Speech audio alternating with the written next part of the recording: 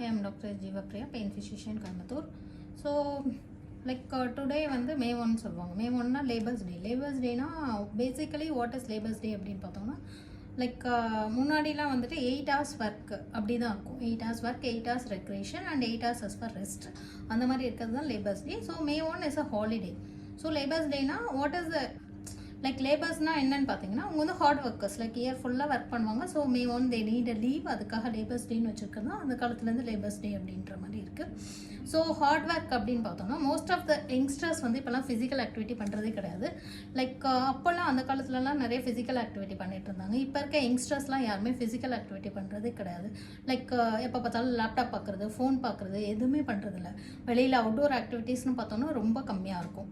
So hard work அப்படின்னு பார்த்தோம்னா heart ஒர்க்னா என்னென்னா 100% நம்ம பண்ணுற ஒர்க்கில் வந்து நம்ம ஷுவராக இருக்கணும். என்ன வந்துட்டு நம்ம பண்ணுறோம் அப்படின்றதுல வந்து கரெக்டாக இருக்கணும்.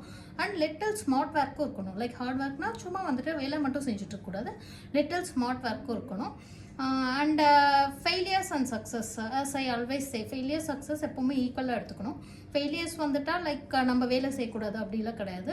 ஃபெயிலியர்ஸ் வந்தாலும் ஈக்குவலாக எடுத்துகிட்டு எப்படி பாஸ் பண்ணி போகிறது அப்படின்றத கண்டிப்பாக பார்க்கணும். So happy labours day. Thank you.